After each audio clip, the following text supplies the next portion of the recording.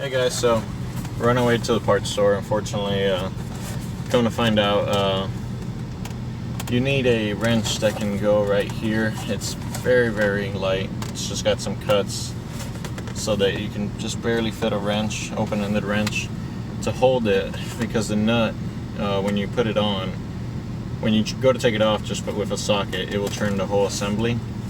Let me show you. This top assembly just turns by itself with the grooves itself as well. So if you just turn a nut, the whole assembly moves. So you need a wrench to hold it in place. I'm thinking it's about a 1-inch wrench, but we'll soon find out. So we're going to O'Reilly's, and we'll show you guys what we buy. Hey guys, so we're back. We bought a 1/1/16 wrench, and we're using our 24mm socket on the nut. You guys can see. So we marked it beforehand, so I know I'm able to turn it now. You see the white here, and then there was supposed to be white here, and there still is. But so I know I'm turning it now.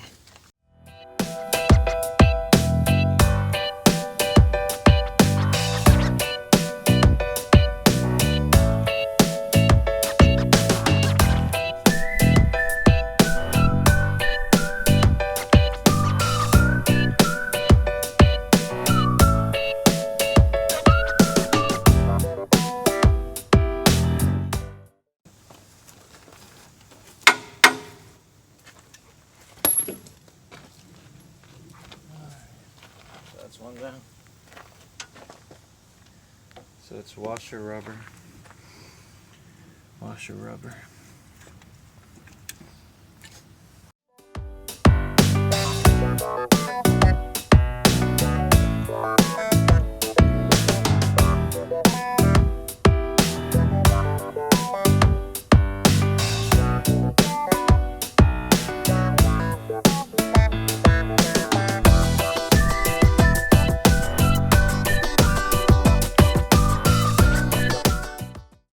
Alright guys, so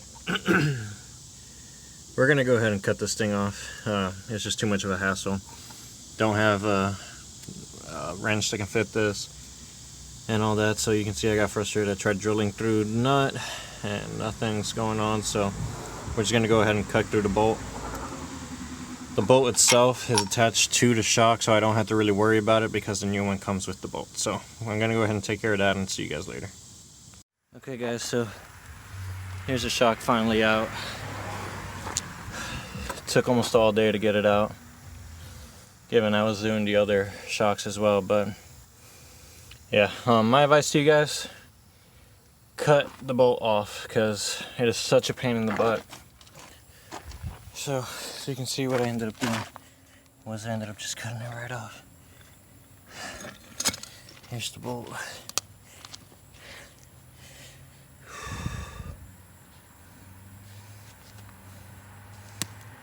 So that's my advice to you guys. Whether or not you want to follow it, that's up to you. But I think I'm going to call it a night. And what I'm going to do is go ahead and prep the new shocks for tomorrow by filing them down a little bit, so that a 1-inch wrench, which I don't know where it's at right now, but a 1-inch wrench can just hold it in place while I tighten it from up top. Well, I don't know if you guys can see those grooves. Right there and right there. You're supposed to be able to fit something to hold it. The only thing that will fit though is a wrench. So like I said, I'm going to try filing it down, see if I can get it to work, but if not, oh well. Alright, see you guys tomorrow. Okay guys, so day 2, I'm back. Last night I didn't record it because it's just too dark, but I was able to install the right rear drive shock. As far as torque goes, I noticed that there really isn't a torque on these. Hey guys, so just editing this video right now and noticing what I was saying about the torque. Okay, for this video and the last few videos, there is no torque for these shocks. Really what you're supposed to do is, for the steers and the cab shocks, you're supposed to go back as tight as you can with an impact, maybe 2 more clicks after it stops. With the drives, it's different. you're supposed to go until the rubber bushing actually expands to the point where it's not past the washer but not too far below the washer. So you want it to pretty much be flush with the washer. Anything past that, you either risk premature wear on the shock, or you'll start feeling it in the drive. So just wanted to point that out. I'm going to try to edit out everything else that I say about torque, but unfortunately I didn't know this at the time of recording. I found out after the time of recording when I tried to verify with the tech. So just wanted to point that out. Okay guys, so here's the driver's side rear drive axle shock. So I was able to take off the top. I'm having to use a combination of 1/1/16 wrench and a 1-inch wrench. The rear surprisingly came off, no problem. Didn't have to cut it off or anything. The top, same thing. It's coming off. I just left it on so that it could keep the bottom steady. The bottom, the rubber's still kind of like seized in place, which I'm not too worried about that. Once I take this one off, I should be able to get it all off. I do want to pry you guys up somehow so you guys can watch what I'm doing, but let's see. Get you guys here. So on this top one, I had to use a 1-inch wrench.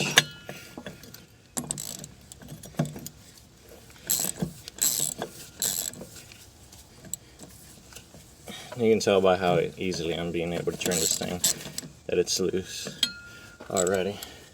So that's that. Trust me, it's not anywhere near as that easy, but because I had already loosened it, makes it look easy. But again, I reassure you, it is not. Bring the gas down here so you can see what's going on. Okay, so here's what we got. Yeah, this stuff is really seized on there. Alright guys, let me show you what I ended up having to do. I drilled a hole right through there so that it could kind of spread a little bit. Then I put the pry bar at the bottom of this and just hammered it down, and that loosened it up all that we needed. So you can see where it's supposed to grip. It's actually right there. Sorry about that. And it was actually pretty good. It held on really well, unlike the other one, which is right here. Anyway, so at this point, I think this shock is, yep, it's ready to come out. So I'm going to pick up my mess, and I'll go up top.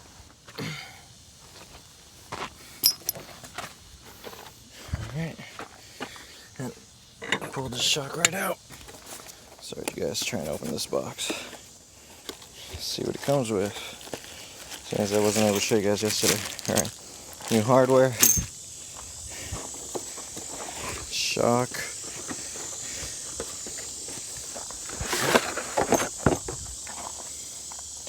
which I'm just going to sit down in place real quick.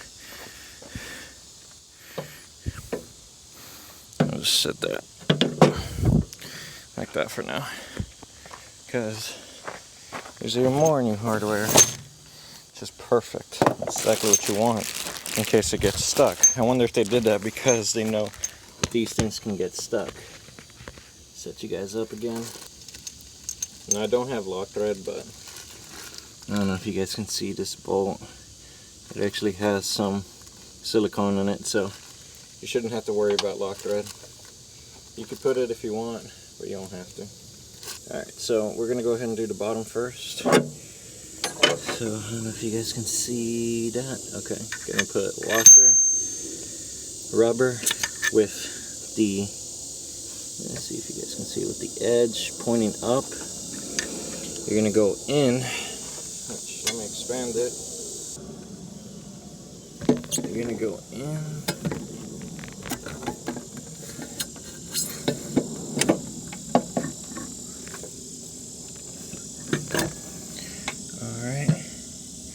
Make sure that the hole gets in place, and then we'll go underneath, put the other washer and the other rubber. Okay, so we're underneath. Gonna go ahead, actually it's rubber first, again. So you see that lip? This one doesn't have it. lip first, because that way it goes into the groove of this hole. So as you can see, I'm gonna have to wiggle this thing. So let me go ahead and lay on my back.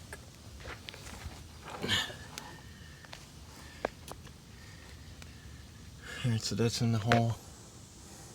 Here we are. Okay, here's the nut. I'll lean this up so I can get the rubbers to align. Put the washer. Get the nut ready.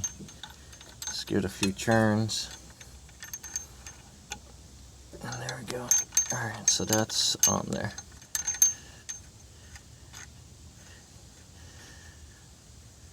Okay, so one thing I want to show you guys is look how thick these start off as. I'm going to show you guys the other one that I already did. Look how they end up. So don't freak out when they end up like that. I know they start like this, but even if you look at the other ones, they're not supposed to be like that. They're supposed to squish. It's fine. But yeah, let's go up top and put the rubbers and washer and the nut up top. This bag comes with the exact same thing, 2 rubbers, 2 washers, and a nut. So washer goes first, rubber points up. Let's expand this thing, bring it up.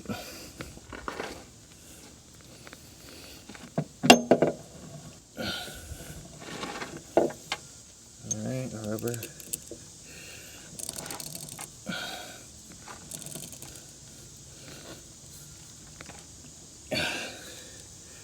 Washer.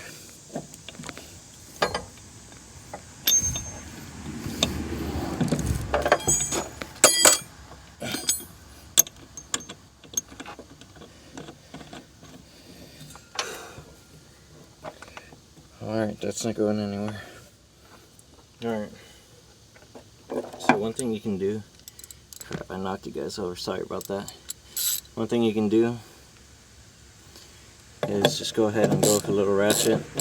Go ahead and turn it. You can still hold the bottom at this point.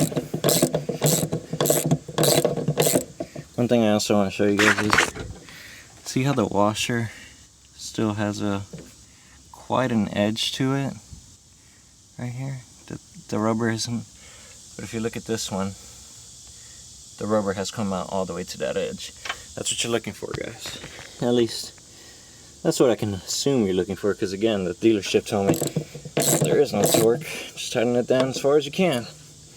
So yeah. Alright, at this point I can't hold it anymore. We'll have to use the wrenches, but we're gonna go down bottom, knock out the bottom first. So let's go down there. Set you guys up. The reason why I say we have to do the bottom first is because right here where you're supposed to hold the, if you guys can even see this, way up here, where you're supposed to hold the shock with a wrench. Alright guys, so we're going to have to file that down a little bit. This is what the problem was though. The last one was trying to fit the wrench into space with this washer is kind of a pain, so that gave me a space, so change angles and we're gonna tighten her down.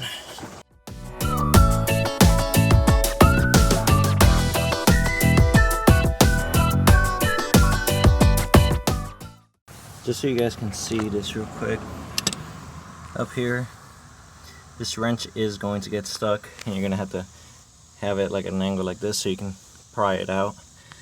But that's the only way I can seem to do it. I don't know if there's a tool that holds the damn shock, but if there is, boy did I know, I wish I knew about it.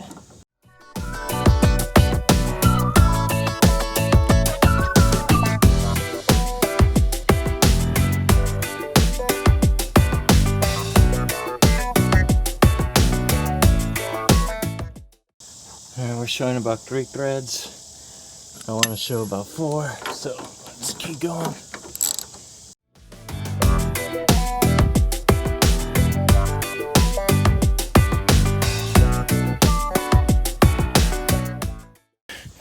Now we'll go up top, but first we need to get our wrench out. So like I said, it's gonna be a pain because it's stuck now. So you kind of have to, whew, that is not coming off like it did yesterday.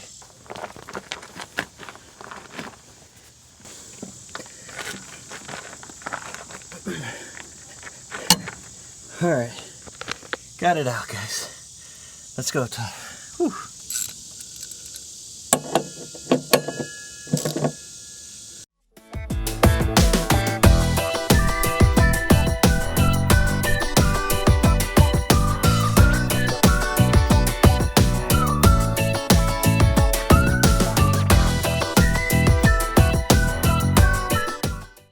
Alright guys, so that's the 5 threads that I'm looking for. You guys can go as much as you're wanting to go.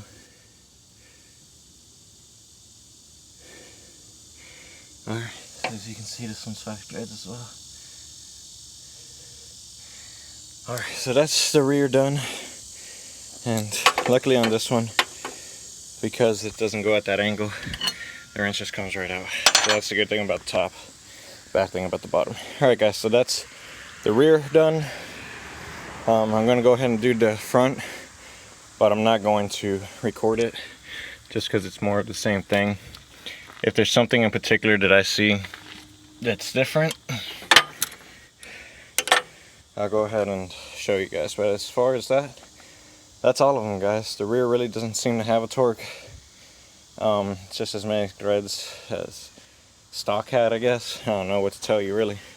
But again, the dealership didn't tell me any torque, so that's what I'm leaving it as. Alright guys, thanks for watching. Hopefully this was helpful. And hopefully I can make this video. Thanks again for watching, guys. And thank God that we were able to do it. Peace.